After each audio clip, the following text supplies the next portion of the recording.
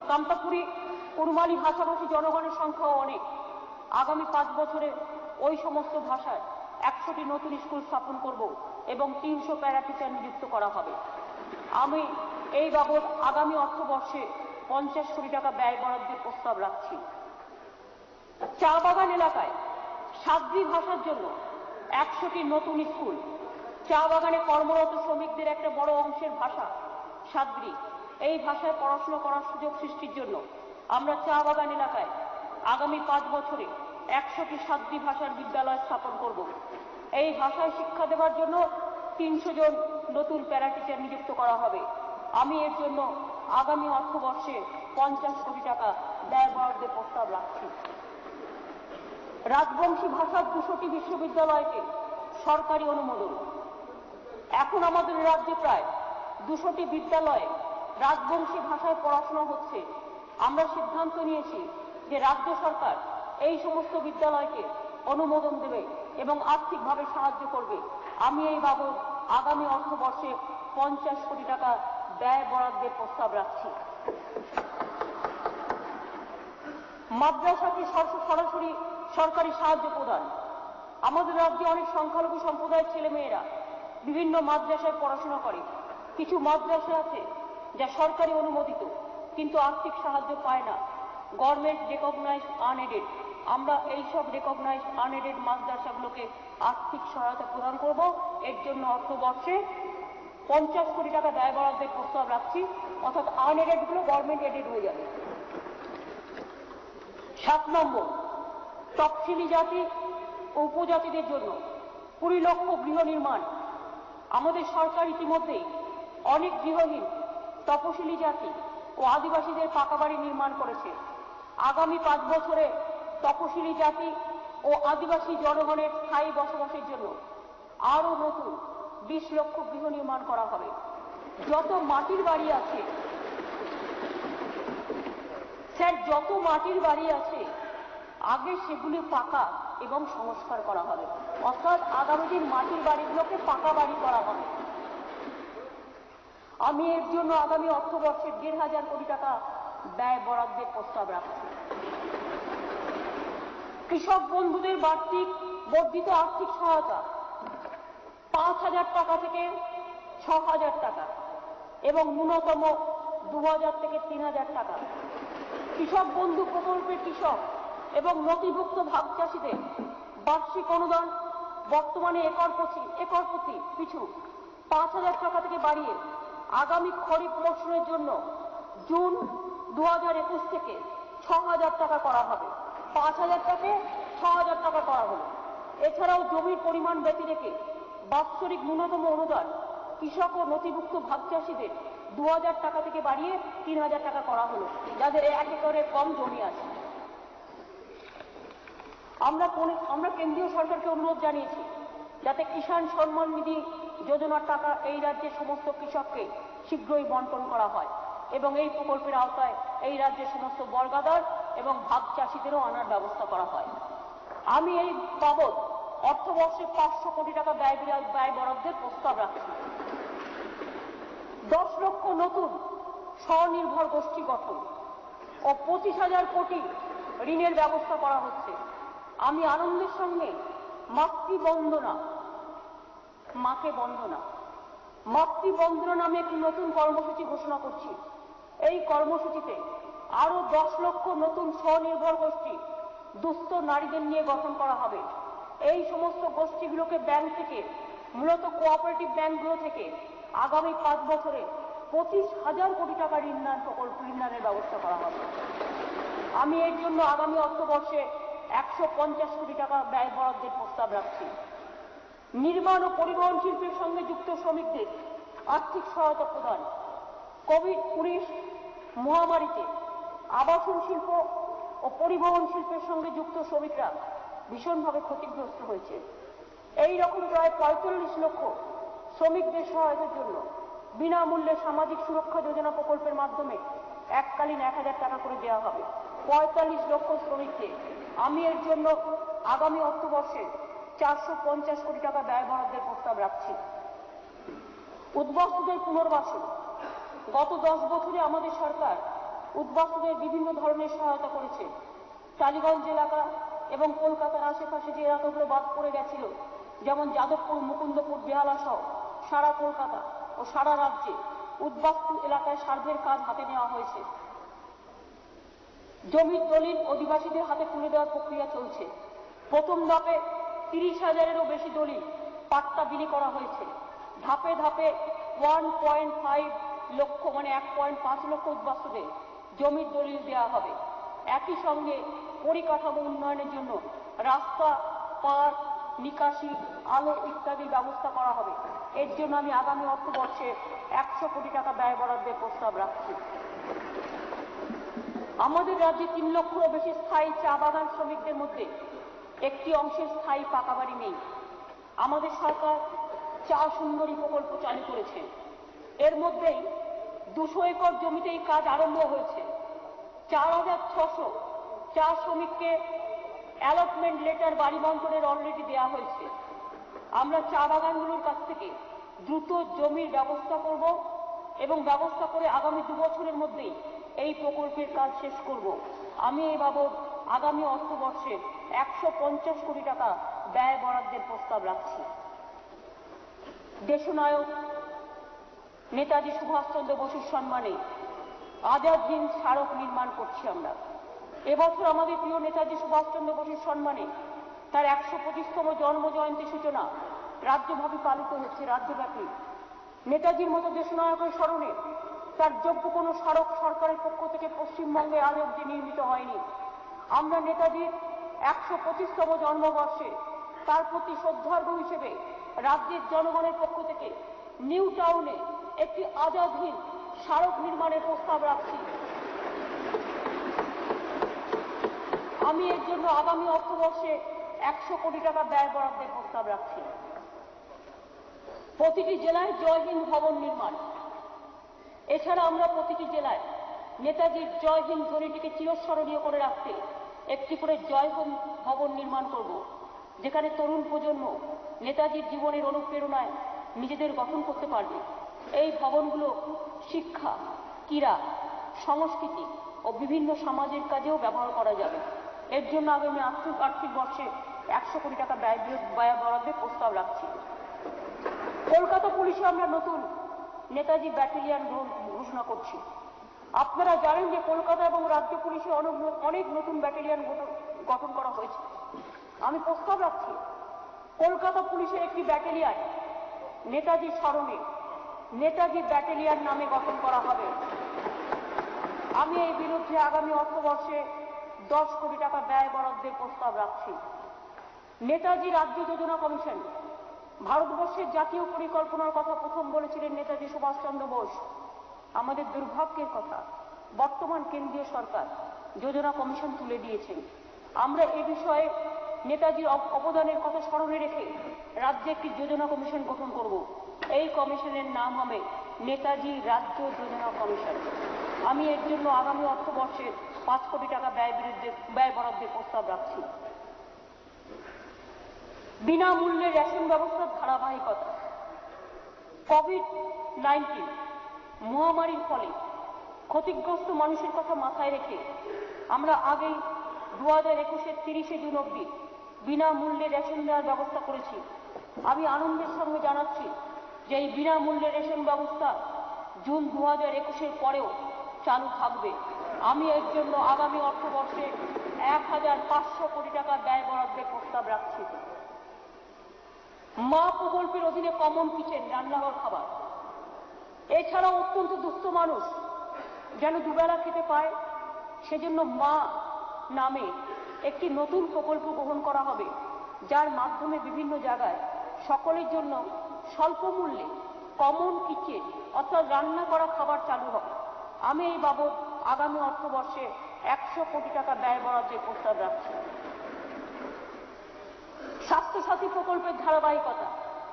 পশ্চিমবঙ্গ একমাত্র রাজ্য যেখানে রাজ্যের 10 কোটি মানুষকে স্বাস্থ্যসাথী এবং সরকারের অন্যান্য বিভিন্ন স্বাস্থ্য সুরক্ষা প্রকল্পের মাধ্যমে স্বাস্থ্য সুরক্ষা প্রদান করা হয়েছে। এই প্রকল্পে একটি পরিবার প্রতি বছর 5 লক্ষ টাকা অবধি চিকিৎসা বিনামূল্যে এবং নগদ জমা ছাড়া বিভিন্ন সরাসরি সরকারি এবং বেসরকারি প্রতিষ্ঠানে পেতে পারে। চিকিৎসা বিনামূল্যে এবং ক্যাশলেস যেটাকে বলা হয়, নগদ জমা ছাড়া বিভিন্ন সরকারি এবং বেসরকারি প্রতিষ্ঠানে সুযোগ পেতে পারে। আমি আনন্দের সঙ্গে জানাচ্ছি যে এই প্রকল্প প্রতি বছর ধারাবাহিকভাবে চলবে এবং যারা এই প্রকল্পে পরে যোগ দিতে চান তারা যে কোনো সময় যোগ দিতে পারবেন। স্বাস্থ্যসাথী কার্ড প্রতি 3 বছর অন্তর রিনিউ করা যাবে। আমি এর জন্য আগামী অর্থবর্ষে 1,500 কোটি টাকার ব্যয় বরাদ্দের প্রস্তাব রাখছি। দুয়ারে সরকার ও পাড়ায় সমাধান বছরে 2 বার করে হবে। অনেকে ভাবছেন হয়তো এবছরই শেষ হয়ে যাবে, তা নয়। এই সরকার মানুষের কাছে, দুয়ারে সরকার আমি মনে করি বিশ্বের একটা অভিনব একটা প্রচেষ্টা। এই সরকার মানুষের কাছে বিভিন্ন পরিষেবা সুষ্ঠুভাবে পৌঁছানোর জন্য বিভিন্ন জেলায় প্রায় 500-র মতো প্রশাসনিক সভা করেছে। আরো বেশি করে আমি নিজে 500 সভা করেছি, রিভিউ মিটিং। এছাড়াও আমার অ্যাডমিনিস্ট্রেশন, পুলিশ, বিডিও থেকে শুরু করে এসডিও থেকে শুরু করে এডিএম থেকে শুরু করে লাইন ডিপার্টমেন্ট থেকে শুরু করে সকলের অভূতপূর্ব সাহসিকতা এবং কর্মকাণ্ডের ফলে আমরা দুয়ারে সরকার ও পাড়ায় সমাধান এটাকে আমরা সাকসেসফুল করে তুলেছি। এই দুটি অভূতপূর্ব প্রকল্প প্রতি বছর 2 মাস ধরে হবে। এটা কন্টিনিউ করবে, প্রতি বছর 2 মাস ধরে হবে। এবং আমরা এখন থেকে বলে দিচ্ছি, যার যার কোনো সমস্যা থাকবে তারা আগস্ট সেপ্টেম্বর মাসে প্রথমটি এবং দ্বিতীয়টি ডিসেম্বর জানুয়ারি মাসে সেই দুয়ারে সরকার প্রজেক্টে এসে এবং পাড়ায় পাড়ায় সমাধান ক্যাম্পে এসে আপনার সমস্যা লেখাতে পারবেন। কারণ আমরা দেখেছি স্যার, এটা নিয়ে সবটা বলা সম্ভব নয় বলে 17 লক্ষ কাস্ট সার্টিফিকেট, এটা আমি বাজেটের অতিরিক্ত 1-2 লাইন বলছি আপনার পারমিশন ছাড়া স্যার, 17 লক্ষ অতিরিক্ত কাস্ট সার্টিফিকেট দেওয়া হয়েছে।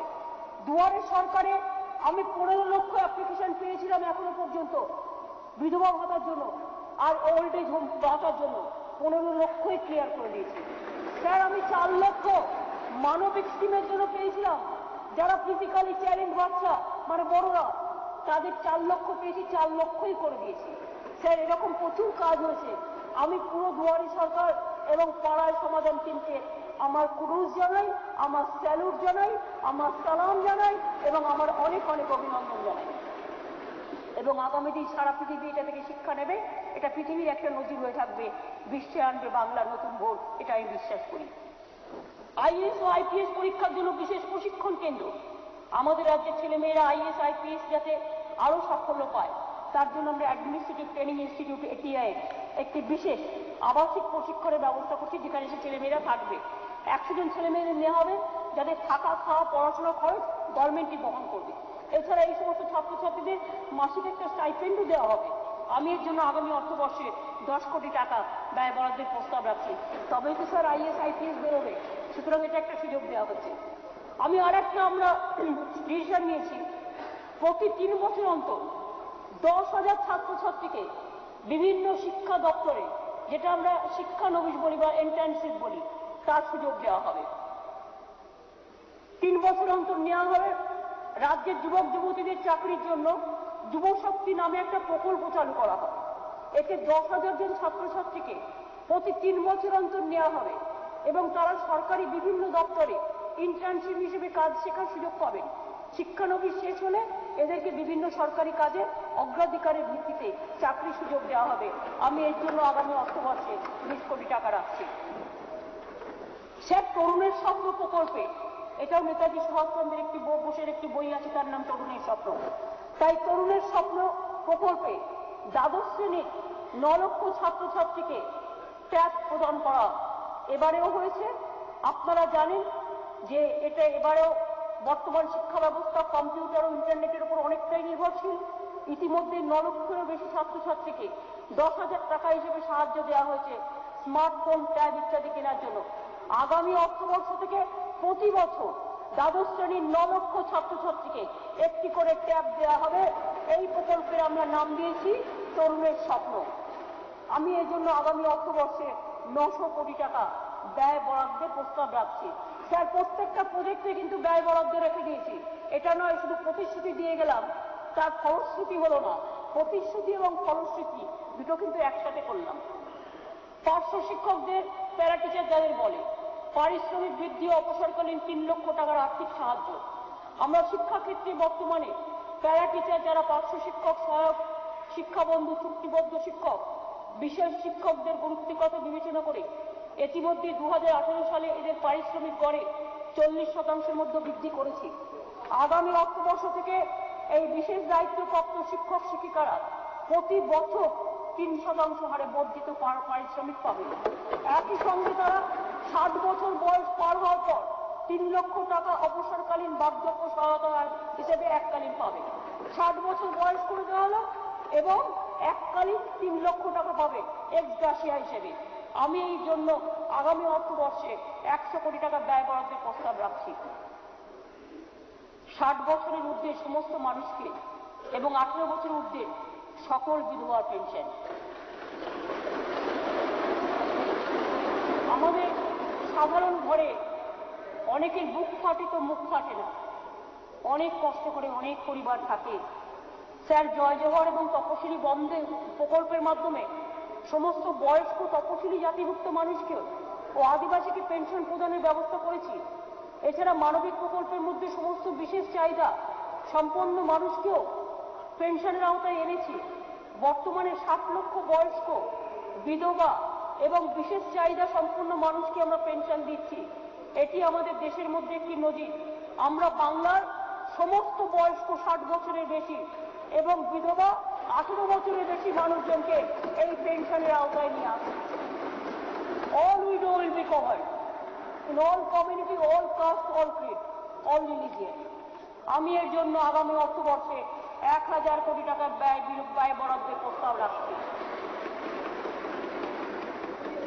স্যার বিভিন্ন উপাসনা স্থলে পরিচালকদের বিশেষ ভাতা।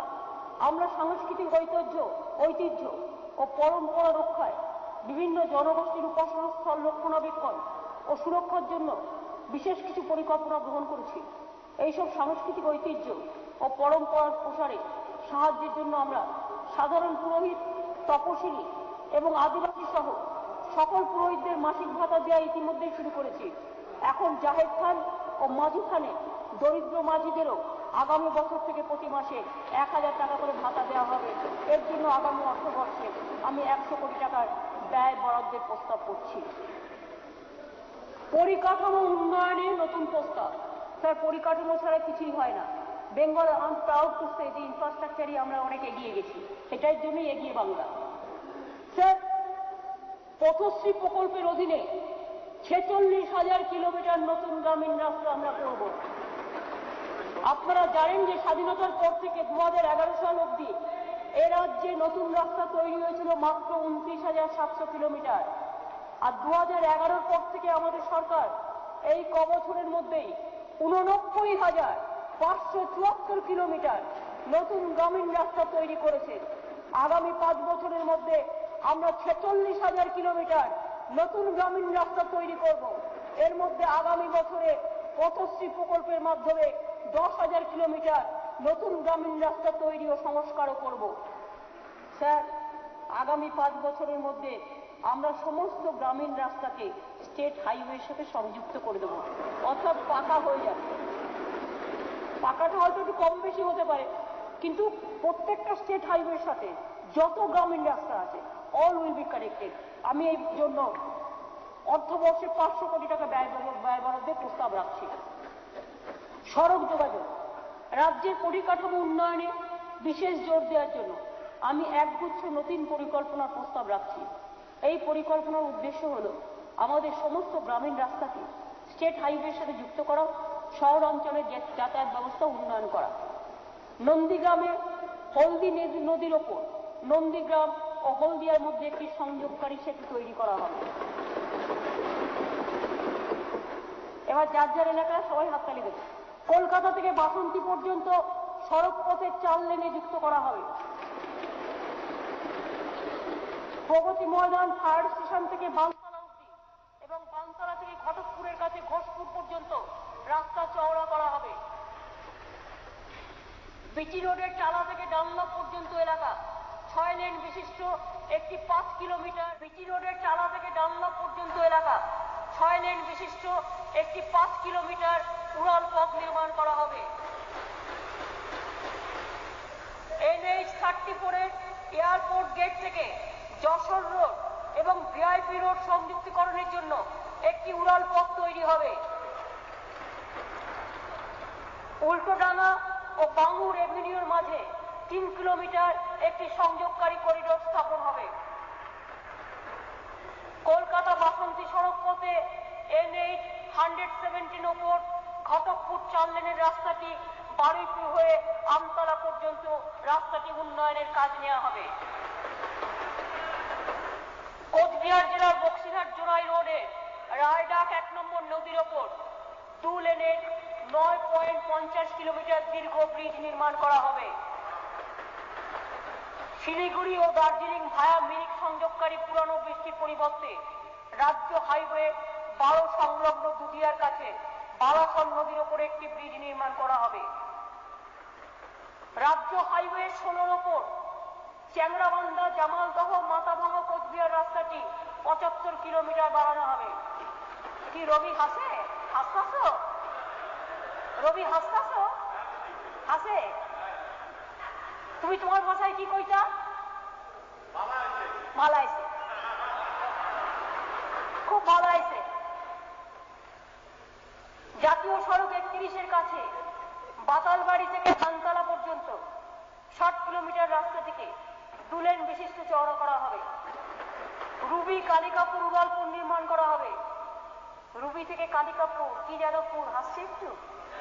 রুবি থেকে কালিকাপুর বালিগঞ্জ যাদবপুর, যেখানে পথচারীদের জন্য স্কাই ওয়াকও থাকবে। সৈয়দ আমির আলী এভিনিউয়ে মা উড়ালপুল থেকে গুরু সদয় দত্ত রোড পর্যন্ত একটি উড়ালপুল নির্মাণ করা হবে। খিদিরপুরে 75 বছরের পুরনো লোহার সেতুটির জায়গায় একটি নতুন সেতু করা হবে। এটা ববিকে দিলাম। সোনারপুর বানতলা রোড থেকে সোনারপুর চক্রবড়িয়া রোডের ওপর উড়ালপুল নির্মাণ হবে। ফিরদৌসী মুখে হাসি ফুটছে। ইএম বাইপাস থেকে নিউ টাউন পর্যন্ত উড়ালপথ নির্মিত হবে। এছাড়াও নিম্নলিখিত প্রকল্পগুলিতে ফিজিবিলিটি সার্ভে করানো হবে। যদি ফিজিবিল হয় তবে এই সমস্ত প্রকল্পগুলোর কাজও হাতে নেওয়া হবে। জীবনানন্দ সেতু থেকে টিপু সুলতান মসজিদের কাছে পর্যন্ত প্রিন্স আনোয়ার রোড বরাবর একটি উড়াল পথ তৈরি করা হবে। উড়াল পথ মানে যাদবপুর ফাঁড়ি টু টালিগঞ্জ, এটা হচ্ছে মাঝেরহাট, আই থিঙ্ক মাঝেরহাট ফাঁড়ি থেকে প্রিন্স আনোয়ার রোড টালিগঞ্জ ফাঁড়ি। এবার হচ্ছে অরূপ উল্টোডাঙ্গা থেকে পোস্তা বাজার উড়াল পথ। সাধন পান্ডে কোথায়? আজকেও আমার সাথে কি ঝগড়া করছিল ক্যাবিনেটে ভাই। আমি বললাম আমি পড়াশোনা করুন ভালো করে, তারপরে আমাকে জিজ্ঞেস করুন। উল্টোডাঙ্গা থেকে পোস্তা বাজার পর্যন্ত উড়াল পথ। পাইকপাড়া থেকে শিয়ালদহ পর্যন্ত স্টেশন পর্যন্ত উড়াল পথ। পাইকপাড়া থেকে শিয়ালদহ স্টেশন। কি সাধন পান্ডে খাওয়াবেন তো? পাইকপাড়া থেকে, আরে ভাই এটা আগে রিভিউ করুন। পাইকপাড়া থেকে শিয়ালদহ স্টেশন পর্যন্ত উড়াল পথ। পাইকপাড়া থেকে শিয়ালদহ, সুদীপটা সবচেয়ে বেশি হবে। রাজা সুবোধচন্দ্র মল্লিক রোড বরাবর গড়িয়া থেকে যাদবপুর পর্যন্ত উড়াল পথ, অর্থাৎ মাঝেরহাট থেকে টালিগঞ্জ ফাঁড়ি, টালিগঞ্জ ফাঁড়ি থেকে বালিগঞ্জ ফাঁড়ি, বালিগঞ্জ ফাঁড়ি থেকে গড়িয়া উড়াল পথ হয়ে গেল। পথচারীদের জন্য পার্ক সার্কাস কানেক্টর একটি স্কাই ওয়াক। মাঝেরহাট থেকে টালিগঞ্জ যাদবপুর গড়িয়া পর্যন্ত উড়াল পথ ক্লিয়ার করে দিলাম। আগামী দিন শুধু পথ চলা হবে মসৃণ আর মসৃণ, সরকারটাও হবে মসৃণ আর মসৃণ, একেবারে মসৃণের মতো। আমি এই জন্য আগামী অর্থবর্ষে 2475 কোটি টাকা ব্যয় বরাদ্দের প্রস্তাব রাখছি। স্যার একটু একটু না হাসালে হয় বলুন, শুধুমাত্র বোরিং হয়ে যাবে। West Bengal highway and bridge corporation গঠন করছি আমরা। আমি প্রস্তাব রাখছি ওয়েস্ট বেঙ্গল হাইওয়ে কর্পোরেশনটিকে পুনর্গঠিত করে West Bengal highway and bridge corporation নামে নতুন কর্পোরেশন তৈরি করা হবে। রাস্তা তৈরি করা ছাড়াও যাদের দায়িত্ব থাকবে নতুন ব্রিজ, উড়ালপথ তৈরি এবং এগুলো রক্ষণাবেক্ষণের কাজ। কারণ অনেক বিস্তার 100 বছর হয়ে গেছে, 150 বছর হয়ে গেছে, কেউ দেখাননি। সেই জন্য আমরা এই কর্পোরেশনটা তৈরি করছি ভবিষ্যৎ ভেবে। সেচ এবং জলপথ পরিবহন, রাজ্যের 373টি পুরানো সেচ ও নিকাশি খালগুলোর ওপর কাঠের সেতুর পরিবর্তে নতুন কংক্রিট সেতু তৈরি করা হবে, পরিকল্পনা নেওয়া হবে। এই যে ডিপার্টমেন্টে এখন সবাই আমার কাছে এসছে কিছুদিন হলো, তাই আমি কাঠের গুলোকে সব কমপ্লিট করে দেওয়ার কথা ঘোষণা করে দিলাম। আমি এই বাবদ আগামী অর্থবর্ষে 100 কোটি টাকা ব্যয় বরাদ্দের প্রস্তাব রাখছি। এটা ইরিগেশন ডিপার্টমেন্ট। পর্যটন শিল্পে বিশেষ আর্থিক সহায়তা, ওষুধ মুকুব। গৌতম দেব এবং ইন্দ্রনীল সেন ভালো করে কান খুলে শোনো। কোভিড-19 অতিমারিতে ভ্রমণ ও পর্যটন শিল্প বিশেষভাবে ক্ষতিগ্রস্ত হয়েছে। আপনারা জানেন যে বিভিন্ন সংস্থা ও বহু মানুষ এই শিল্পের সঙ্গে যুক্ত। এইসব সংস্থাগুলো পাশে দাঁড়ানোর জন্য রাজ্য সরকার একটি পর্যটন সহায়ক প্রকল্প শুরু করছে। এর ফলে পর্যটনের সঙ্গে যুক্ত বিভিন্ন সংস্থা, রিসোর্ট, হোটেল, হোমস্টে, ভ্রমণ সহায়ক সংস্থা ইত্যাদি এই প্রকল্পের আওতায় আসবে। এই প্রকল্পে 50,000 টাকা থেকে 10 লক্ষ টাকা পর্যন্ত ঋণ ব্যাংকের মাধ্যমে দেওয়া হবে এবং সুদের 50% প্রথম বছরে রাজ্য সরকার বহন করবে। আমি এর জন্য আগামী অর্থবর্ষে 10 কোটি টাকা ব্যয় বরাদ্দের প্রস্তাব রাখছি। কি গৌতম দেব খাইয়ে দেবে তো? ট্যুরিজম ডেভেলপমেন্ট কর্পোরেশন থেকে, ক্যাটারিং কর্পোরেশন থেকে পয়সা আমি দিয়ে দেবো। আচ্ছা, এছাড়াও আমি জানাতে চাই স্যার যে পর্যটন ক্ষেত্রে ওয়েস্ট বেঙ্গল ইনসেন্টিভ স্কিম 2015 গত 31শে ডিসেম্বর 2020-তে শেষ হয়েছে। আমি পর্যটন শিল্পে আরো উৎসাহ দিতে আগামী 5 বছরের জন্য নতুন একটি ইনসেন্টিভ স্কিম ঘোষণা করছি, যেটি আগামী অর্থবর্ষ থেকে শুরু হবে। পরিবহন ক্ষেত্রে রোড ট্যাক্স মুকুব। ডিপার্টমেন্টের সবাই আমার কাছে এসছে। কোভিড-19 মহামারীর জন্য পরিবহন ক্ষেত্রে বিশাল ক্ষতির সম্মুখীন হয়েছে। এদের কিছুটা সহায়তা দেওয়ার জন্য আমরা দেরিতে পারমিট নবীকরণের জন্য, ফিটনেস সার্টিফিকেট এবং গাড়ির চালকদের লাইসেন্স নবীকরণের জন্য দেরি হলে যে ফাইন লাগে তা ছাড় দেওয়ার ব্যবস্থা করেছি। আরো সাহায্যের হাত বাড়িয়ে দিতে আমি যাত্রী পরিবহনের সব রকম যানবাহনের রোড ট্যাক্স 1 জানুয়ারি 2021 থেকে 30 জুন 2021 অবধি 2 কোয়ার্টার মুকুব করার কথা ঘোষণা করছি। স্বর্ণকমল সহ আছে? 2 হাত তোলো, জয় জগন্নাথ বলো। আঞ্চলিক যোগাযোগ, আমাদের ধারাবাহিক প্রচেষ্টায় 2011 থেকে 2020 পর্যন্ত কলকাতায় বিমান যাত্রী সংখ্যা 66% বেড়েছে। বাগডোগরায় বেড়েছে 350%, আমরা নাম্বার 1 ইয়ার।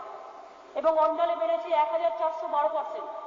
উড়ানের সংখ্যায় কলকাতায় বেড়েছে 110%, বাগডোগরায় বেড়েছে 186%, ও অন্ডালে বেড়েছে 200%। আগামী দিনে আমরা আঞ্চলিক বিমান যোগাযোগের স্বার্থে এবং মানুষের যাতায়াতের সুবিধার্থে বালুরঘাট, মালদা এবং কুচবিহার বিমানবন্দর থেকে উড়ান চলাচলের ব্যবস্থা সরাসরি কার্যকরী করতে সাহায্য করব। আমি এর জন্য আগামী অর্থবর্ষে 50 কোটি টাকা ব্যয় বরাদ্দের প্রস্তাব রাখছি। শিল্পায়নের বিশেষ প্রকল্প, দ্রুত শিল্পায়নের লক্ষ্যে আমরা বিশেষ কর্মসূচি হাতে নিয়েছি। তাজপুর বন্দর, ভালো করে শুনুন, পূর্ব ভারতে শিল্পায়ন, শিল্পোন্নয়ন, রপ্তানি এবং পরিবহনের স্বার্থে পূর্ব মেদিনীপুরের তাজপুরে একটি গভীর সমুদ্র বন্দর গড়ে তোলা হচ্ছে। এই প্রকল্পে পরিকাঠামো উন্নয়ন কার্যে 7,000 কোটি টাকা খরচ হবে। এর ফলে হাজার হাজার মানুষের কর্মসংস্থান হবে। অশোকনগরে গ্যাস উত্তোলন, আপনারা জানেন যে উত্তর 24 পরগনা অশোকনগরে ওএনজিসি তেল প্রাকৃতিক গ্যাস উত্তোলনের একটি বিরাট প্রকল্প চালু হচ্ছে। এর ফলে প্রাকৃতিক গ্যাসের ওপর নির্ভরশীল বিভিন্ন অনুসারী শিল্প এখানে গড়ে উঠবে। মানুষ ডিমান্ড খুব খুশি হবে সুরজিৎ বাবুরা। এই অঞ্চলে বাংলার এমন একটি শিল্প নগরীতে পরিণত হবে যা অচিরেই বিশ্বের শিল্প মানচিত্রে স্থান করে নেবে। দেউচা পাতামি থেকে কয়লা উত্তোলন, আপনারা অবগত আছেন এ রাজ্যের বীরভূম জেলার দেউচা পাতামিতে একটি বিরাট কয়লার মজুদ ভান্ডার পাওয়া গেছে। এটি বিশ্বের দ্বিতীয় বৃহত্তম কোল ব্লক। এই প্রকল্প খুব শীঘ্রই কাজ চালু হবে। প্রথম 2 বছর শুধু সরকারি জমিতে কাজ হবে ও কোনো মানুষকে তাদের জমি থেকে উচ্ছেদ করা হবে না। এই প্রকল্পগুলিতে প্রত্যক্ষ পরোক্ষভাবে দক্ষ অদক্ষ হাজার হাজার শ্রমিক কাজের সুযোগ পাবেন। এর ফলে শুধু বীরভূম জেলায় নয়, তার আশেপাশে জেলা অর্থাৎ বাঁকুড়া, পুরুলিয়া, পশ্চিম ও পূর্ব বর্ধমান, হুগলি, মুর্শিদাবাদ এবং অন্যান্য জেলায় অর্থনৈতিক উন্নয়নে গতি আসবে। এরপরে প্রচুর কর্মসংস্থানের সৃষ্টি হবে।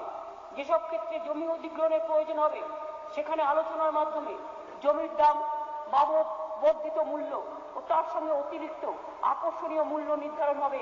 এছাড়া সরকারি চাকরির নিশ্চয়তাও দেওয়া হবে। সেটা পরে 2 বছর পরে। রঘুনাথপুর শিল্পনগরী তৈরি হচ্ছে পুরুলিয়ায়। শান্তি মাহাতো, সন্ধ্যা টুডু সব আছে?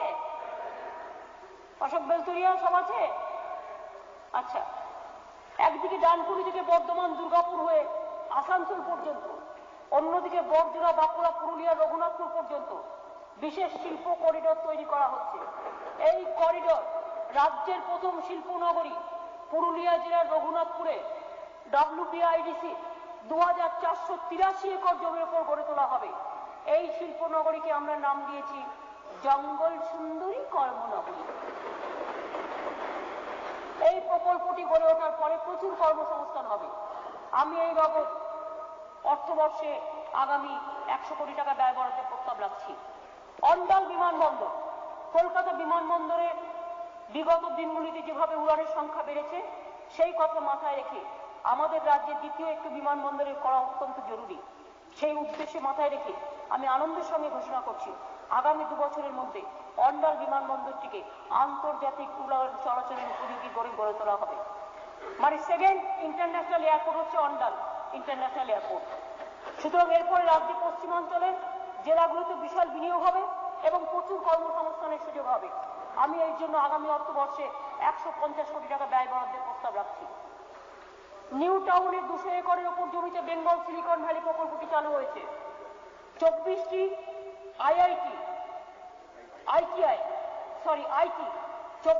আইটি কোম্পানিকে 79 একর জমি দেওয়া হয়েছে, যেখানে প্রায় 11,317 কোটি টাকা বিনিয়োগ আসবে এবং এর মাধ্যমে বহু মানুষের কর্মসংস্থান সৃষ্টি হবে।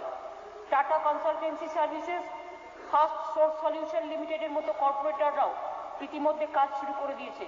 এছাড়াও বিভিন্ন আইটি কোম্পানিগুলি যেমন ইনফোসিস, উইপ্রো ইত্যাদি, এদের রাজারহাটে ফিনান্সিয়াল হাবে ও অন্যান্য জায়গায় ইতিমধ্যে জমি দেওয়া হয়েছে। এছাড়াও নিউ টাউনে ফিনটেক হাব তৈরি করেছি। আমরা সিলিকন ভ্যালি ও ফিনান্সিয়াল হাবের ক্রমান্বয়ের প্রসার ঘটাবো, যার ফলে নতুন নতুন বিনিয়োগ বাংলায় আসে। শূন্য পদ পূরণ করার জন্য বিশেষ উদ্যোগ। 2011 সালে আমরা যখন সরকারে আসি তখন রাজ্য সরকারের বিভিন্ন পুলিশ বিভাগ সহ বহু শূন্য পদ ছিল। আমরা সরকারে এসে গত 10 বছরে 4 লক্ষের বেশি শূন্য পদে নিয়োগ করেছি। বর্তমানে বিভিন্ন বিভাগে 50,000 এবং পুলিশে 60,291টি পদ খালি আছে। আমি প্রস্তাব রাখছি আগামী 3 বছরে বিশেষ উদ্যোগ নিয়ে বিভিন্ন বিভাগে এবং পুলিশ প্রশাসনে এই শূন্য পদগুলোতে নিয়োগ করব, আমরা সম্পূর্ণ করব। কর্মসংস্থান। সমগ্র বিশ্বজুড়ে অর্থনীতি ও আমাদের দেশীয় অর্থনীতির যে মন্দা চলছে তা এক কথা অভাবনীয়। এরই মধ্যে আমাদের রাজ্য অত্যন্ত সাফল্যের সাথে নতুন কর্মসংস্থান সুযোগ সৃষ্টি করে চলেছে। বিভিন্ন শিল্পায়ন প্রকল্পের ফলে, যেমন ONGC তেল প্রাকৃতিক গ্যাস উত্তোলন, দেউচা প্রাথমিক কয়লা খনন উত্তোলন, বিশেষ শিল্প করিডোর, সিলিকন ভ্যালিতে বিভিন্ন আইটি টেলিকম কোম্পানিগুলোর কাজের সুযোগ, তাজপুর সমুদ্র বন্দরের জন্য, সিঙ্গুরে অ্যাগ্রো ইন্ডাস্ট্রিয়াল পার্কের জন্য, হাসিমারা ইন্ডাস্ট্রিয়াল পার্ক এবং অন্যান্য ইন্ডাস্ট্রিয়াল ও MSME পার্ক সহ পরিকাঠামো উন্নয়নের কার্য প্রত্যক্ষ ও পরোক্ষভাবে বহু মানুষের কর্মসৃষ্টি হবে। কর্মসংস্থানে মাটির সৃষ্টি, পশ্চিমাঞ্চলে অনুর্বর পতিত জমির ওপর উদ্যান পালন, মৎস্য চাষ, পানি বিকাশের মাধ্যমে কর্মসংস্থান তৈরি করার আরেকটি অনন্য প্রকল্প। গত বছর 13,000 একর জমির ওপর প্রায় 1,942টি জায়গায় এই প্রকল্প গড়ে তোলা হয়েছিল। আগামী বছর আরো 14,000 একর জমির ওপর এই পরিকল্পনা তৈরি করা হয়েছে, যার ফলে প্রচুর কর্মসংস্থানের সুযোগ তৈরি হবে। বিগত 10 বছরে 100 দিনের কাজে আমরা 7.24 কোটি গ্রামের মানুষকে কাজ দিতে পেরেছি। 7.24 কোটি। এবছরও 100 দিনের কাজে 1.1 কোটি গ্রামের মানুষকে কাজ দিয়ে সারা দেশের মধ্যে আমরা 1 নম্বর স্থান অর্জন করেছি। এটা একটা অনন্য নজির। সুব্রতদা পঞ্চায়েত মিনিস্টার সহ আরবান সহ প্রত্যেককে থ্যাঙ্কস দিচ্ছি। আপনারা সকলে সহযোগিতা করবার জন্য আমার থিটার পঞ্চায়েত সহ সকলকে, ডিএমএ, এসডিও, আমার গভর্নমেন্ট সবাইকে। আপনারা শুনে খুশি হবেন যে বিশাল শিল্পাঞ্চল এবং পরিকাঠামো গড়ে ওঠার কথা আমরা বলেছি। তার ফলে আগামী 5 বছরের মধ্যে সরকারি, আধা সরকারি ও বেসরকারি স্তরে এবং স্বনিযুক্তিমূলক কর্মসংস্থানকে ধরে 1.5 কোটি নতুন কর্মসংস্থানের সুযোগ সৃষ্টি করা সম্ভব হবে। আমাদের এই সমস্ত প্রস্তাব বাস্তবায়িত করতে আগামী আর্থিক বছরের বাজেটে 12,030 কোটি টাকার সংস্থান করা হয়েছে। মাননীয় অধ্যক্ষ মহাশয়, এই কোভিড-19 অতিমারী আমফানের বিপুল ক্ষয়ক্ষতি এবং কেন্দ্রের ক্রমাগত বঞ্চনা সত্ত্বেও আমাদের সরকার সারা বাংলা জুড়ে বাংলার মানুষের সার্বিক উন্নতির লক্ষ্যে উন্নয়নের বিভিন্ন কাজ ধারাবাহিকভাবে চালিয়ে এসেছে। মাননীয় অধ্যক্ষ মহোদয়, আপনার অনুমতিক্রমে আগামী 2021-22 অর্থবর্ষের জন্য আমি 2,19,88,000,000,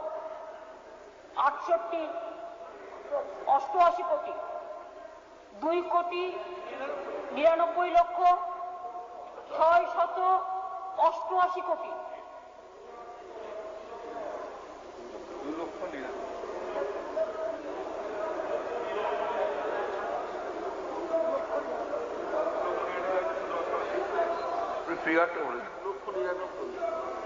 আমাকে তো ভাই তাই তৈরি করে দিয়েছিল, লিখেছেন কেন?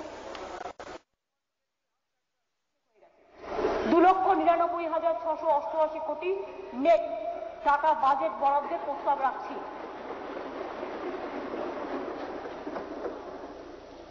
হয়ে গেছে ক্লিয়ার? টাকাটা 2,99,688 কোটি নেট টাকা বাজেট বরাদ্দের প্রস্তাব রাখছি। উপসংহারে বলি যে নেতাজির নামে আমরা স্মারকস্তম্ভ করব, তরুণের স্বপ্ন কর্মসূচি করব, যার নামে নামাঙ্কিত হবে আমাদের নতুন রাজ্য যোজনা কমিশন। তার এক অমর বাণী আজ আমার পাথেও। দেশবাসীর উদ্দেশ্যে তিনি বলেছিলেন, তোমরা আমাকে রক্ত দাও, আমি তোমাদের স্বাধীনতা দেব। সেই চিরস্মরণীয় বার্তার দিনাতিদিন অনুসরণে আমরা রাজ্যবাসীকে বলবো, আপনারা আমাকে বিশ্বাস দিন, আমি আপনাদের সেবা দেব নিঃশর্ত।